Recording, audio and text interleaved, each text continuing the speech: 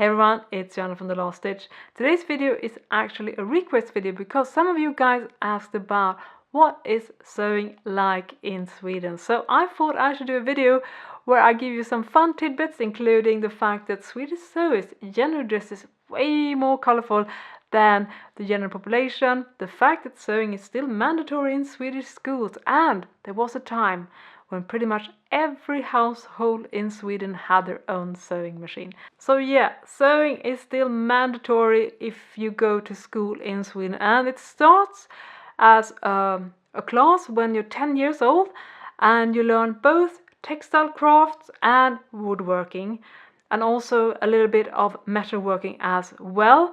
So if you go to Swedish school, you have to learn how to use the sewing machine, and that education continues up until the 9th grade when you're 15 years old.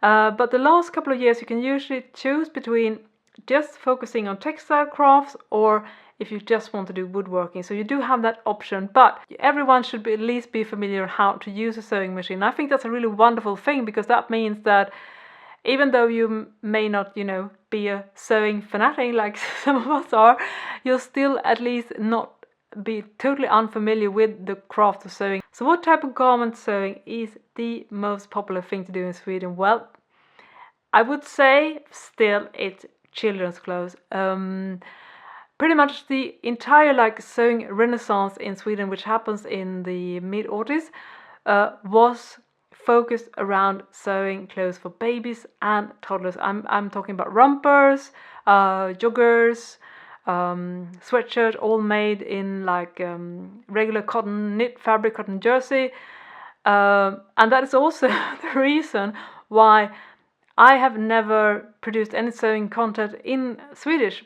So when I started sewing blogging back in 2008, and before that I was active at the pattern review forum for several years, I had a really hard time finding a community of fellow Swedish sewers that was actually sewing garments from grown-ups, because everyone, it felt at the time, at least those who were blogging, were all making children's clothes. Now this has of course changed, and a lot of those sewers that started up doing children's clothes have now become more interested in making garment for grown-ups as well. So that really helped boost the sewing, and also one of the reasons why Coverstitch Machine and sergers are so popular in Sweden, because I would say that one of our specialities, I would say, is actually sewing knits and sewing techniques for knits. So if you go into a Swedish fabric store, I think you will be very surprised and perhaps even blown away by the massive range of knit fabrics, especially in cotton, because polyester fabric is still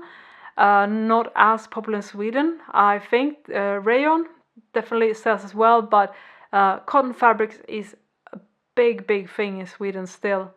So that's, I would say, is like the traditional Swedish type of sewing, is basically sewing fairly simple garments in knit fabrics.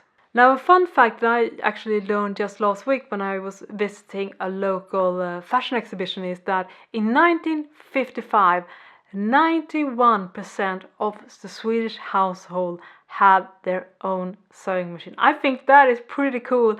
I would love to know the statistics for today, but I'm sure it's way less. And also, back in the 50s, there were actually more people having a sewing machine than running water in their homes in Sweden. So that's a really cool fact, and that also tells how big of a thing sewing and craft has traditionally been in Sweden. But of course, now it's a little bit different, but for a very long while, many Swedes made their own clothes. And speaking of sewing machine, perhaps you already know this, but Sweden has one big brand of sewing machine. It's called Husqvarna, or Viking, I think, in some other countries. Now, the thing is that this brand still exists, but there has been no Swedish sewing machine manufacturing since 2010, and I think even before that, a lot of the machines that had the Husqvarna Viking label was imported from other countries. So there was it's been quite a while since those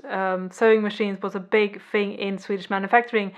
But I will say though that if you can find those old school Husqvarnas from the 60s and the 70s and early 80s, then you're in for a treat, because they are fantastic machines, especially the cast iron one. I've had two Husqvarna Viking 2000 from the early 70s. I can highly recommend them. They're so durable and do beautiful stitching. So I'm not sure how the Husqvarna machines are seen today. I don't think they have the same status, but definitely if you find those old ones, you will be very pleased with the quality. And if I would name one typical Swedish sewing style, it's big, bold prints. Swedish sewers, they love colors, they love prints, and as I said, there's so many printed jersey textile here available, so it's definitely like a smorgasbord of options if you're into that style. And if you're familiar with like the traditional Nordic retro designs such as Marimekko, Stig Lindberg, Joseph Frank, then you kind of know what I'm talking about. Those colorful, bold geometric prints that are kind of a sign of the Scandinavian Nordic aesthetic. That is definitely what a lot of sewers gravitate to. So they will often be quite colorful. And the fun thing is that when you look at the general public in Sweden, that is so not the case, because most of us pretty much only dress like in black, blue, gray, very plain, very simple styles. There's not lots of colors, not a lot of prints.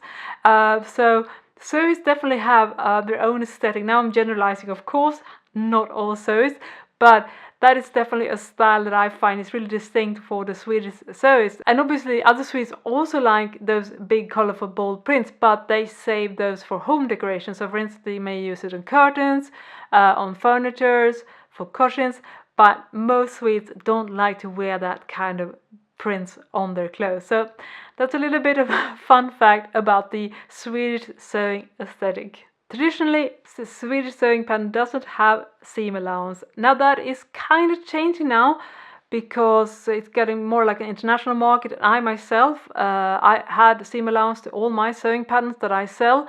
So it's definitely changing now. But if you go to the sort of old school Swedish sewers, they will definitely, I think, have pretty strong feelings about not liking seam allowance on their patterns, mostly because it makes grading between sizes a little bit more tricky. It makes alterations a little bit more tricky. And of course, if you don't have any seam allowance added, you can add your own seam allowance, which is something that a lot of people appreciate. And again, it's just a preference thing, I think, but I can totally see that maybe in 5 to 10 years from now, we will see that seam allowance has become a norm in Sweden as well. And if you're curious to know more about seam allowance, my thoughts about it, and suggestions, you can also check out the video I've done about this particular topic, which is about seam allowance and how to add them. That, of course, will be a link in the description section. So I hope you enjoyed this little dive into the Swedish sewing community.